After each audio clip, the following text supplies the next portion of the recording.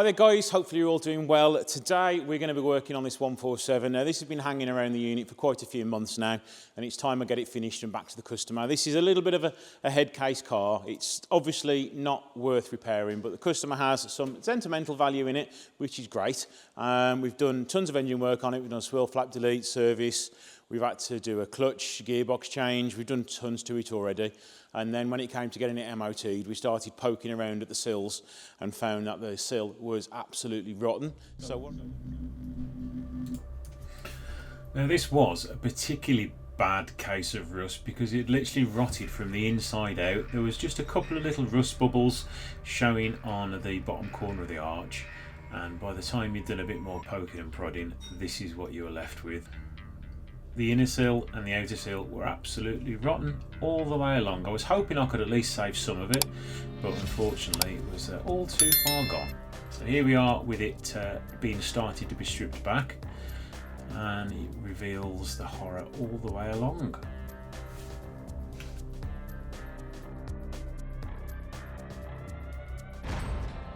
This is just a video where I've covered it in some rust converter, and don't worry, that middle part was also cut out and repaired. So what I've been doing off camera is I've been repairing the inner sill, and today you're joining me where we're about to weld on the proper sill. We're just at the point now where I've test fitted everything. I've put the doors back on, I've put the wing back on. That is still loose at the bottom, so that will be lined up properly. But at the bottom of the door, you can see everything is all nice and sweet. Just this little area down here where it pokes in a little bit. But I do have a repair panel, which I'm going to probably cut a little bit out of here, and then I can weld on and get that all lined up properly. So now we need to take the doors off, take the wing off, cut all the lines up for the sill. So as you can see where it's not joined in there, it's just been tacked on, and the same in there. So we need to cut all the proper holes for it, all the lines for it, and then start welding it up. The doors on these Alphas are not difficult to remove. You've literally got one 13mm bolt holding the door stay on, two 10mm holding the hinges on, and then one electrical connection. It's the same for the front and the rear door. Dead easy to remove. Can be a little bit more awkward to get them back on. So here is the complete sill with no doors on it. What I've got to start doing now is cutting the line so I can start welding it properly into shape. But I did make a little bit of a mistake there where I've cut it wrong, so I do have to weld another piece in there. No hard deal. And that's the final part of the sill that I've got to make there. Now, cutting the sill in place means where you've done a nice outline, it gives you a nice little 1 or 2 mil gap, which you can then fill with weld. So you've got a nice little space, so you've got a nice area to fill with hot molten metal.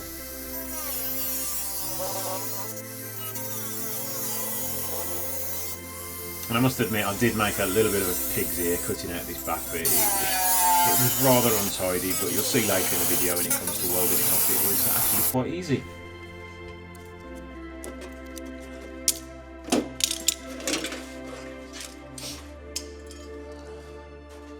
This is all the inner sill. That has had to be repaired all the way across. That's had to be done.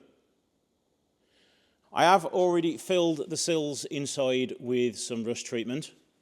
So that should hopefully not rust again, or at least for a very long time anyway. So now I just want to brush on some rust stuff on the outside, and then we can test fit the sill again and then tidy up the edges and start welding. What I'm painting it with now is a non-flammable rust proofer, so fingers crossed it does stay rust free. It's very hard with things like this because there's been so much rust that you've had to get rid of. If you don't get rid of as much as possible, it will just start rusting again. So you're better off just filling it with whatever you can to stop the rust from coming back again.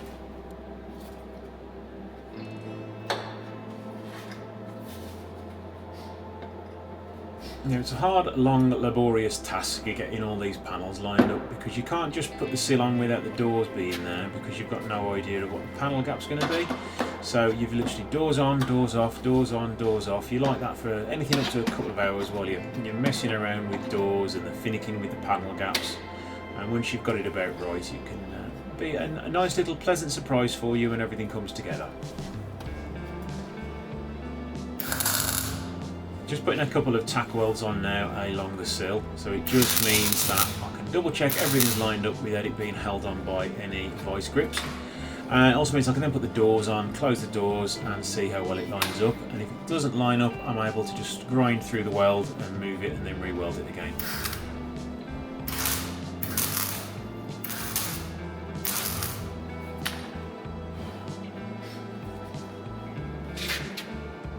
Couple of cheeky no-looking welds. Has to be done sometimes because it takes you 5 minutes to find your mask and you could have had it done 10 minutes ago.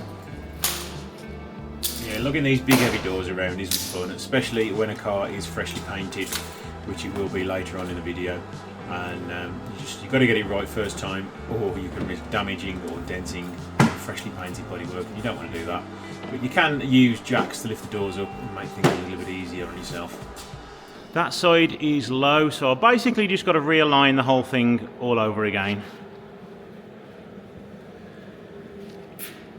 Right, after about half an hour of faffing around, we've got that all lined up again. So off come the doors again and we'll start to weld her up. So now on to the part of the job which keeps you nice and toasty in the winter. A nice little bit of welding. Just using a hammer then, just to hammer everything into line. And now just a few welds every few inches will keep the panel nice and cool, and then you can go over it later and start filling the rest of the holes in as well.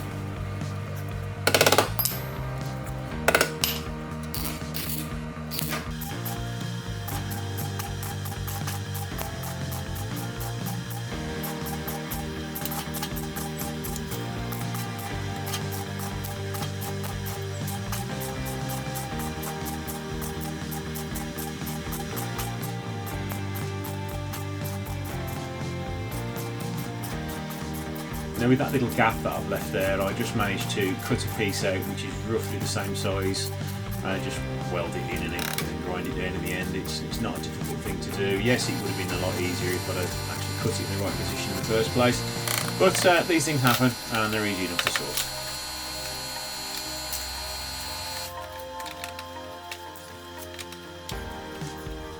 And the problem with these pattern parts is the fitment isn't always that great. I've had a few panels come and they're a little bit warped and don't want to sit on the body correctly. And as I mentioned earlier, this is the ugly little bit of cutting I did, but it actually turned out welding with a gap that big actually made a better weld, so I'll probably do a slightly bigger gap in future. Having to weld in little tight corners like this isn't fun, because when it comes to grinding the welds down, yes, you can sometimes get a grinder in there, but you can't get a sander in there or any tools, so it all has to be done by hand. All the welding on the main sort of butt joints are done now. I've still got to do the spot welds top and bottom. I'm going to grind the welds down now, and then I am going to put the doors back on just to make sure everything still lines up.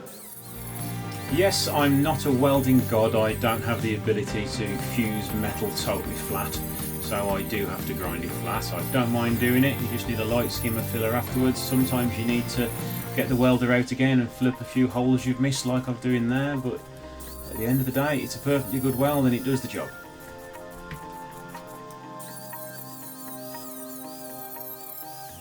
The welds have been grounded down, so we just need to repair this bit here, which I've just cut out the panel for, and yet again I have cut it a little bit too short. There is some more rust behind which I want to cut out totally, and then I'm going to have to repair that panel once the arch is done, but I do want to leave quite a nice little sizable hole in there, so when it comes to wax oiling you can get in there nice and easily. So off camera I welded up that last little bit of arch, and there we go, it is all fitted.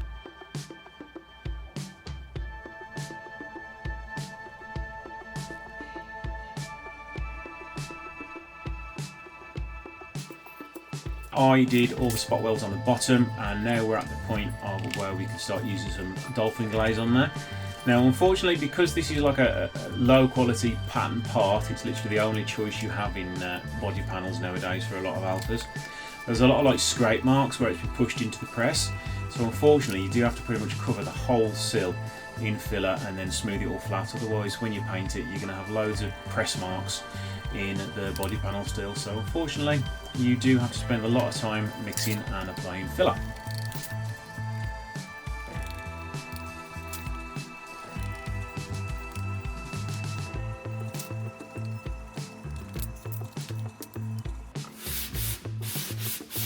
When it comes to sanding, I will use a really low grit, sometimes a 40 grit, sometimes an 80 grit, and then work my way up to like a 240 grit just to get it nice and smooth, and then we can apply primer on top of that.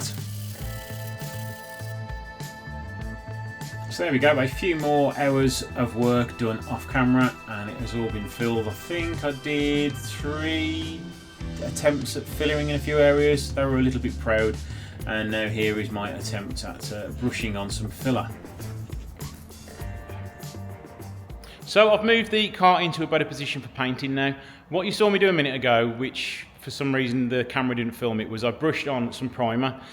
The YouTube tip I've tried to follow, but I think it was just too big of an area and it was an absolute nightmare to sand down flat. The reason I did it originally rather than masking it up and spraying it is because, and I've got all dust all over my face, was because I needed to flat it all down, and I knew there was loads of imperfections in where the, and I knew there was loads of imperfections where the sill had been pressed in, so I thought if I do a couple of thick coats of brushable primer, then it should, fingers crossed, fill a lot of them and I can flat it down. But all the brush marks in the primer didn't fall out like I thought they would, and it took forever to sand it down. So what's next is I've got to mask it all up and then re-prime it, and then we can get some paint on it.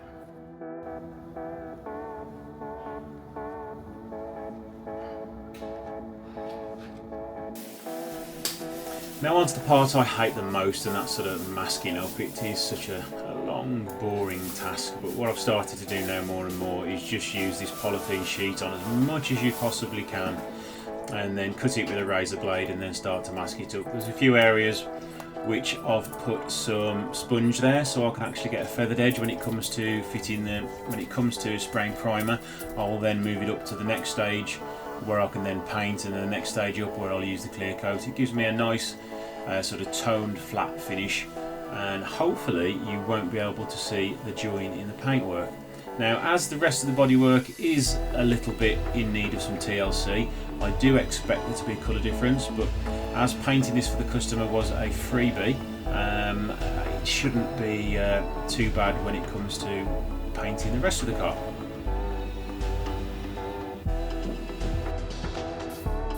So now on to the colour, which is a nice bright silver. I was a little bit apprehensive of the colour match, but it turns out, as you will see in a minute, that the colour match is actually pretty good.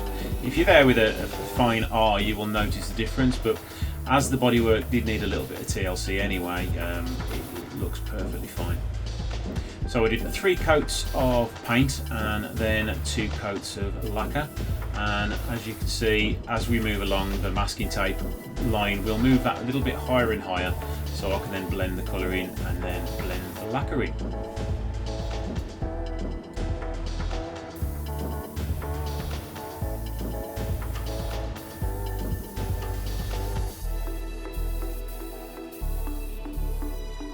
And here I'm just lightly feathering it up into the freshly sort of sanded with 1000 grit arch, so hopefully the paint will blend in, and when I eventually polish it, it will look really good. So now we're on to the clear coat now. Amazing again, this is the second job I've done now with no runs in it at all, and I'm quite impressed with myself for that. What I do once I have finished the clear coat, on the areas where it matches the old paint, I will put some special bonding agent which sort of melts the lacquer into the old lacquer, and as you can see there, it looks pretty darn good. After a few hours of drying time, I think it was overnight I left it, stripped all the masking off it and started refitting it all. Again, 2 doors, not much to put on, it's just been extremely careful with it, because the last thing you want to do at this stage is damage the paintwork. But luckily we got by without any problems at all.